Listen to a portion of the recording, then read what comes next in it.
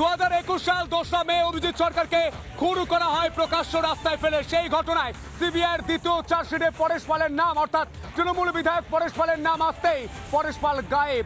পরেশ পালের টিকিও খুঁজে পাচ্ছে না পুলিশ, টিকিও খুঁজে পাওয়া যাচ্ছে না, স্থানীয়রা পরেশ পালকে দেখতে পাচ্ছে না।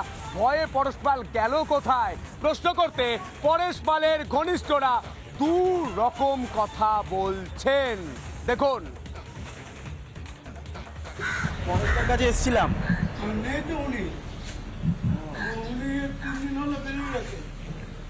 তিন দিন নেই। দাদা কি সকাল থেকেই নেই? দাদা মেডিকেল ট্রিটমেন্টে গেছে।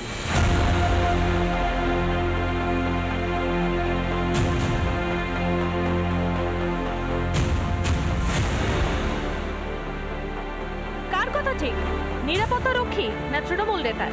কোটপুরের মতো উবে গেলেন পরেশ পাল। পরেশ পাল কেন সংবাদ মাধ্যমকে এড়িয়ে এড়িয়ে চলছেন, এই প্রশ্নটা বড় হয়ে দাঁড়াচ্ছে। 21-এর বিধানসভা ভোটের ফল প্রকাশের দিনই খুন হন কাকুরগাছির বিজেপি কর্মী অভিজিৎ সরকার।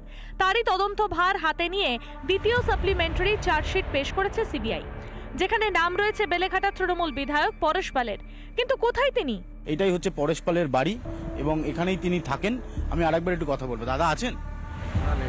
কবে থেকে নেই? মঙ্গলবার দিনে। কোথায় গেছে জানি না, বলে যায়নি। বিধায়কের বাড়ি থেকে এবার আমরা ঢু মারলাম বেলেঘাটার এই পার্টি অফিসে। এখানে কি দেখা মিলবে পরেশের? এটাই বেলেঘাটায় পরেশ পালের পার্টি অফিস। পরেশ পালকে গতকাল থেকে টেলিফোনে যোগাযোগ করা হলো, পাওয়া যায়নি।